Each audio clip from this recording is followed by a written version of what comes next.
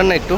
আমি তো বেতন পাইতেছি, বেতন বোনাস আমার কিছু ঢুকে না। আমি অনেক দিন যাবত এই ওয়াসা বিনা বেতনে আমি কাজ করতেছি।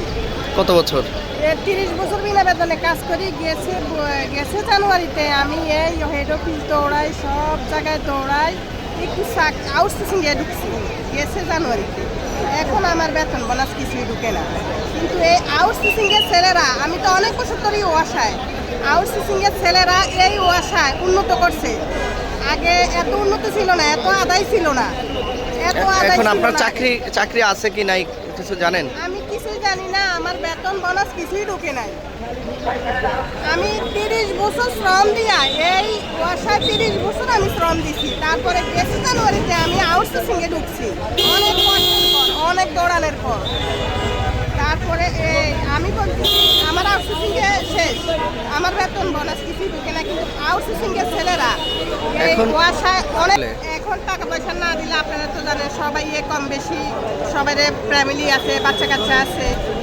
আমরা কতটুকু অসহায় হলে 30 বছর বিনা বেতনে আমরা ওয়াসায় পরিশ্রম কইরা তারপর আউটসোর্সিংয়ে ঢুকতে পারছি।